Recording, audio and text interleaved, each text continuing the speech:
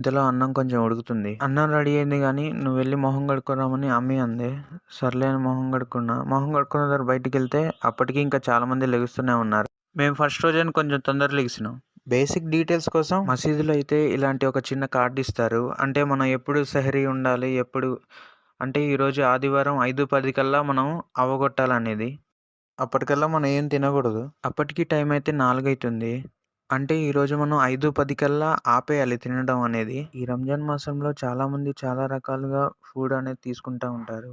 పుల్కాలు గానీ, చపాతీలు గానీ, ఫ్రూట్స్ గానీ, వెజిటబుల్ ఫుడ్ గానీ, బిర్యానీస్ గానీ ఏవన్నా తినొచ్చు. ఈరోజైతే మనం మటన్ తినబోతున్నాం. ప్రస్తుతం ఉన్న కాలంలో అయితే చికెన్స్ అనేవి ఇగ్నోర్ చేయాలి. తినకూడదు కదా! లేకపోతేనా ఈ టైంలో అసలు చికెన్ బిర్యానీ తింటా ఉంటే ఏం ఫీల్ ఉండిద్దిలే నిమ్మకాయ ఏసుకొని. చాలామంది బిర్యానీ అయితే చాలా ఇష్టపడతారు. హిందూస్ అయినా గానీ, ఎవరైనా గానీ. కానీ దాంట్లో నేను ఒకడినే. అప్పటికి టైం అయితే 4 అప్పటికి 4 అయినా గానీ నాకింక నిద్ర మత్తు వదలనే లేదు. నాకే కాదు పొద్దున్నే చాలా మందికి తినబుద్ధి కాదు ఎక్కువ. తినకపోతే అసలే ఎండాకాలం.